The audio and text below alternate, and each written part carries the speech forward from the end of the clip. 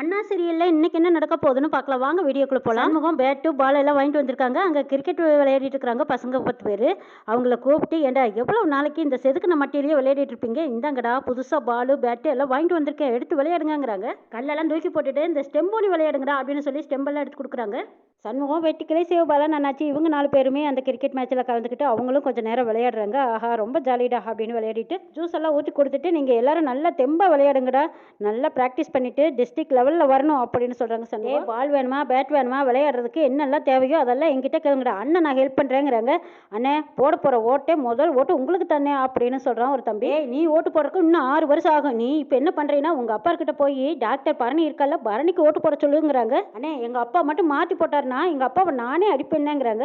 அந்த தம்பியோட அப்பா ஏண்டா இன்னும் சாப்பிட வரலையா அப்படின்னு கூப்பிட வந்திருக்காங்க. அப்பா சண்முக அண்ணே எங்களுக்கு என்னெல்லாம் வாங்கி கொடுத்துருக்கு தெரியுமா, பேட்டு பாலு ஸ்டெம்பு க்ளவுஸ் இதெல்லாம் வாங்கி கொடுத்துருக்குப்பா, அதனால பரணி அக்காவுக்கு தான் ஓட்டு போடணுங்கிறாங்க. லே போட்டால் போதும் வாங்குறாங்க. அப்பா மாற்றி கீத்தி போட்டுட்டு இந்த பேட்டாலேயே ஒன்று அடிச்சு கொண்டுடுவேன் அப்படிங்கிறான் அந்த தம்பி. பாத்தியா தம்பி எப்படியெல்லாம் பேசுகிறான் பாருங்கிறாங்க. அப்பங்கிட்ட பேசுகிற பேச்சாலே இது, இப்படியெல்லாம் பேசாத, அம்மா சாப்பிட கூப்பிடுதில்ல, போங்க போய் சாப்பிட்டு வாங்கங்கிறாங்க. சண்முகம் என்னன்னாலும் சரி டாக்டர் பரணி அம்மாவுக்கு தான் எங்களோட ஓட்டு அப்படின்னு சொல்லிட்டு அவங்க பையனை கூட்டிட்டு போகிறாங்க. நீங்களும் எல்லாம் கேட்டுக்கோங்க, பெற்றவங்களை இப்படியெல்லாம் பேசக்கூடாது, பெற்றவங்க கடவுளுக்கு சமமானவங்க, மரியாதையாக பேசுவோம், அம்மாவுக்கு மரியாதை கொடுக்கணும், தாராளமாக விளையாடுங்க போங்க போங்கன்னு சண்முகம் சொல்லிட்டு போகிறாங்க. பரணி எசிக்கி பாக்கியம் 3 பேர் வராங்க. அவங்க 2 பேர்த்தையும் இறக்கி விட்டுட்டு பரணி இதே ஆட்டோவில் போகிறேங்கிறாங்க.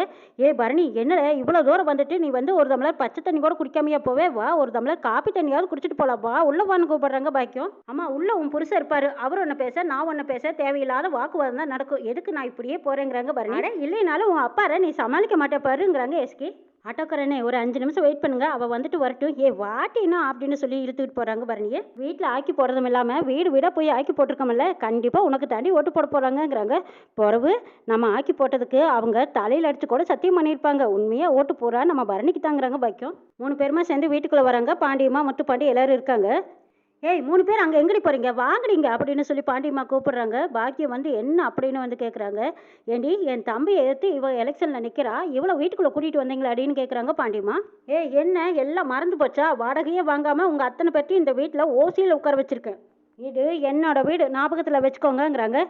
இது ஒன்றும் ஊர் பஞ்சாயத்து கிடையாது, இது குடும்பங்கிறாங்க பாண்டியம்மா. எங்கடி வீட்டில் சொல்லாமல் கொள்ளாமல் வெளியில் போய் ஊர் சுற்றிட்டு வரீங்கன்னு கேட்குறாங்க. வீட்டில் நேரம் உட்காந்துருக்கிறதுன்னு வெளியில் போய் உலாத்தலான்னு போய் அப்படியே சந்தைக்கு போய் சுற்றிட்டு வரோங்கிறாங்க. ஓஹோ சந்தைக்கு போனீங்களா, அப்போ எங்கள் கையில் பொருளையே காணான்னு முத்துப்பாண்டி கேட்குறாங்க. அதுவா போகும்போது பையெடுக்காமல் மறந்துட்டு போயிட்டோம், சரி அதுதான் அடுத்த வாரம் போய்க்கலான்னு வந்துட்டோங்கிறாங்க. எப்போ நக்கலை பற்றி இவளுக்குங்கிறாங்க. ஆமாடா நக்கல் தான், என்னமோ கோர்ட்டில் வச்சு குறுக்க விசாரணை பண்ணுற மாதிரி ஆளாளுக்கு கேள்வி கேட்குறீங்க, மடக்கி மடக்கி கேள்வி கேட்டால் இப்படி தான் எடக்கு மடக்கத்தான் பதில் வரும். அடியே எல்லா தகவலும் எங்களுக்கு வந்தாச்சு, வீடு வீடாக போய் பொங்கி போட்டு ஓட்டு கேட்குறீங்களோ. நான் மட்டுமே நான் கேட்டேன், உங்கள் தம்பி கூட தான் கேட்டாப்புல. யாருக்கு, அவர் பெற்ற மகளுக்கு அவரே ஓட்டு கட்டாரு, அதுக்கு என்ன இப்போ போன போட்டு ஓட்டு கேளுங்கன்னு சொன்னதும் தயவு செய்து ஓட்டு போடுங்கன்னு சொன்னாருங்கிறாங்க எஸ்கி. பரணிக்கு தான் ஓட்டு கேட்க போகிறோங்கிறது அவருக்கே தெரியலையேங்கிறாங்க. தலையெழுத்து. ஆமாப்பா எனக்காக ஓட்டு கேட்டது மட்டும் இல்லை, தோற்றும் போக போகிறீங்க. சரி விடுங்க, பெத்த மகளுக்கு முன்னாடி தோற்று போகிறதுல என்ன அசிங்கம் இருக்கு போதுங்கிறாங்க. இங்கே பாரு, நான் 1000 சித்து விளையாட்டு விளையாடுவேன், அதில் 5 கூட வெறும்பையினால ஜெயிக்க முடியாது, இந்த எலெக்ஷனில் ஒரு ஓட்டு கூட நீங்கள் வாங்க முடியாதுங்கிறாங்க. அதெல்லாம் தெரியாமையா நாங்கள் எதிர்த்து நிற்கிறோங்கிறாங்க பரணி. நீங்கள் ஏதோ சித்து விளையாட்டுன்னு நினைக்கிறீங்க, ஆனால் நாங்களோ ஏதோ கண்ணாமூச்சி விளையாடுற மாதிரியே எங்களுக்கு தெரியுதுங்கிறாங்க பரணி. அப்பா நீங்கள் என்ன தான் விளையாட்டு விளையாடினாலும் உங்கள் மண்டிக்கு பின்னாடி இருக்குதே அந்த குழி, அது காட்டி கொடுத்துடுங்கிறாங்க பரணி. அப்பா நீங்கள் ஒன்றும் கவலையே படாதீங்க, உங்களை எடுத்து நாங்கள் ஜெயிச்சிடுவோங்கிறாங்க. நீ நினச்சிக்கிட்டே இரு, எப்போவுமே நினப்பு தான் பொழப்ப கெடுக்குங்கிறாங்க பாண்டியம்மா. அம்மா நான் சொன்னேன்ல, இங்கே வந்தாவே வெட்டி பேச்சு வாக்குவாதம் தான் நடக்கும்னு சொன்னேன்ல, என்னோட நேரம் தான் வேஸ்ட் ஆச்சு, இன்னும் 4 பேர்த்த போய் பார்த்து ஓட்டு கேட்டுருந்துருக்கேன், போய் வேலையை பாருமா நான் போய் பார்க்குறேன்ட்டு போகிறாங்க பரணி. பரணி நில்லடி அடைச்சே, வீடு தேடி வந்த பிள்ளையே ஒரு ரூபா தண்ணி குடிக்கிறதுக்கு இல்லாமல் வீட்டை விட்டு வெளியே விரட்டி விட்டுட்டீங்களே, இருக்கு உங்களுக்கு அப்படிங்கிறாங்க பாக்கியம். எஸ்கே வாடி போகலாம் அப்படின்னு 2 பேரும் சமையல் கட்டுக்கு போகிறாங்க. சிவபாலன் ஓடி வராங்க. ஒட்டு நீ எங்கே போயிட்டு வர, உன் அக்கா எல்லாம் தான் போய் வீடு வீடாக பொங்கி போட்டுட்டு இருக்கிறா, நீ என்ன காய்கறி வெட்டி கொடுத்துட்டு வரையாங்கிறாங்க. அதை விட முக்கியமான வேலை பார்த்துட்டு வரேன், நெய்க்கார பாளையத்துக்கும் நெய்க்குடி பாளையத்துக்கும் 5 முக்கியமான மேட்ச் இருக்கு, நான் தானே அதையெல்லாம் சரி பண்ணி முடிச்சு கொடுத்துட்டு வரணும், அதெல்லாம் பார்க்க வேண்டாமா. சின்ன பசங்களுக்கு 10 ரூபா பாலை வாங்கி கொடுத்து ஓட்டு கேட்டிருக்காங்க. அடடா இப்போ தானே நீ போலீஸ் வேலையே உருப்படியே பார்த்துருக்கேன், நாங்கள் பேட்டும் பாலும் வாங்கி கொடுத்து ஓட்டு கேட்கறத நீ கரெக்டாக கண்டுபிடிச்சிட்டியே. அதிகமாக பேசினா உன்னை சாகடிச்சிருவேங்கிறாங்க முத்துப்பாண்டி. ஐயோ உன்னை பார்த்தா எனக்கு பயமாக இருக்குதுன்னு. அதுக்கெல்லாம் பயப்படுறாளுன்னு நான் இல்லை, உன் அப்பங்கிட்ட சொல்லி வை, எல்லாருமே என் அக்கா பின்னாடி வர்றதுக்கு தான் தயாராக இருக்காங்க, சத்தியமே பண்ணி கொடுத்துட்டாங்கன்னு சொல்கிறாங்க சிவபாலன். பாரு இப்போவே வேட்புமான வாபஸ் வாங்கிட்டின்னு வச்சுக்கோ, அசிங்கப்படுற வேலை உனக்கு மிச்சம்பா, அப்புறம் உனக்கு ஏற்கனவே பைத்தியம் பிடிச்சது பாரு, அதே மாதிரி உனக்கு பைத்தியம் பிடிச்சாலும் பிடிச்சிடும், பார்த்து நடந்துக்கோப்பாங்கிறாங்க. என்னைவா பைத்தியம்னு சொல்கிறேன், என்ன கோவத்தை உசுப்பேத்தி விடுறியா அப்படின்னு சொல்லிட்டு சவுந்தரபாண்டி கோவம் வந்து எதையோ அடிக்கிறக்கு ஓடுறாங்க.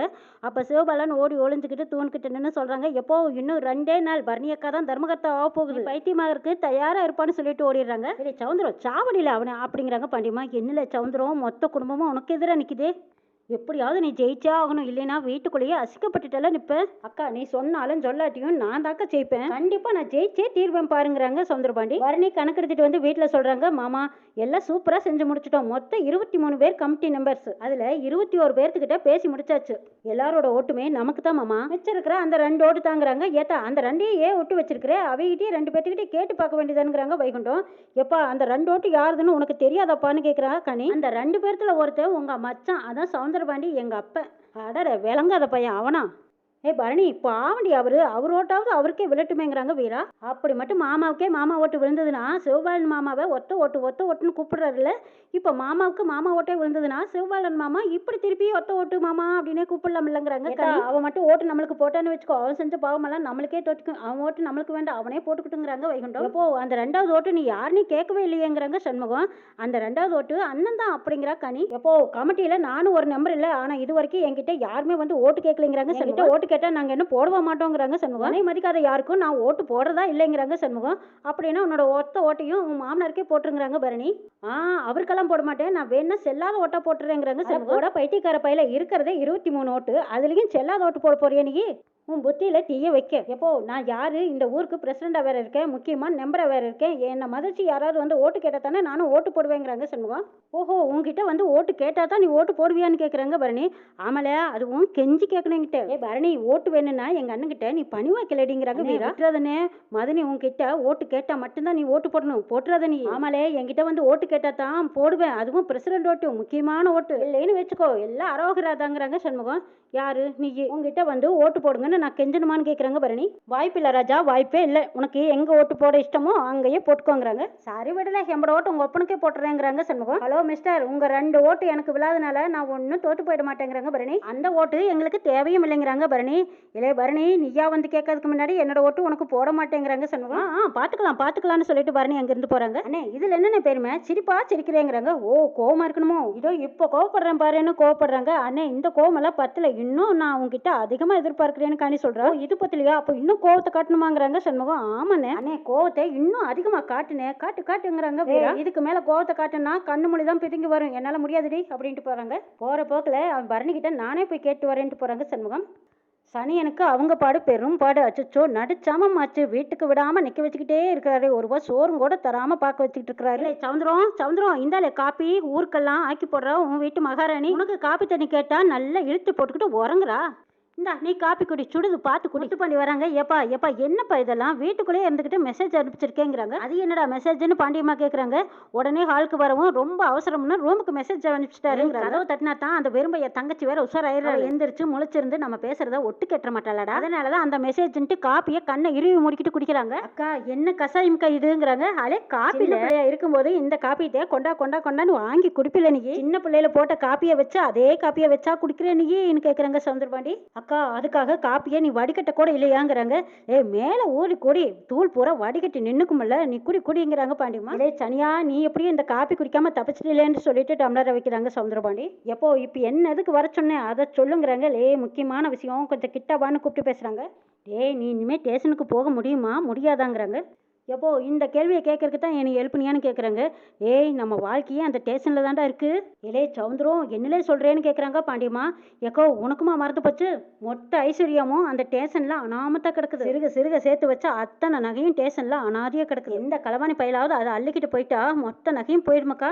ஆமலை சவுந்தரம் நான் அதை பற்றி யோசிக்கவே இல்லைல்ல. ஐயோ புது இன்ஸ்பெக்டர் வேறு வந்திருக்காரே, அவர் திறந்து பார்த்தா என்ன ஆகுதுங்கிறாங்க சனியன். போச்சா எல்லாம் போச்சா அப்படின்னு சனியன் கேட்குறாங்க. வாய முடியா, அதுக்கெல்லாம் ஐடியா இல்லாமல் தான் இருப்போங்கிறாங்க பாண்டி.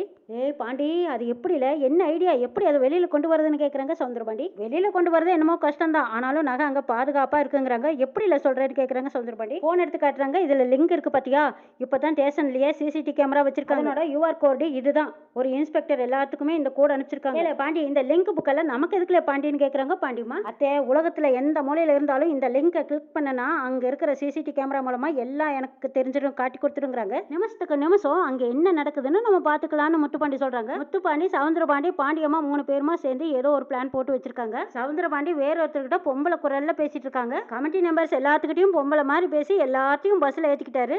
திட்டம் போட்டு எல்லாத்தையும் கூண்டுக்குள்ளே அடைச்சி வச்ச மாதிரி அப்படி கூண்டோடு ஏற்றிக்கிட்டு போகிறாங்க. அவங்களும் எதுக்கு போகிறோம், யார் கூட்டி போகிறான்னு தெரியாமையே கை தட்டிட்டு போகிறாங்க. தர்மகர்த்த எலெக்ஷனுக்குள்ளேயே சண்முகமும் பரணியும் இவங்க எல்லாத்தையும் கண்டுபிடிப்பாங்களா அப்படிங்கிறதையும் நாளை எபிசோடில் பார்க்கலாம்.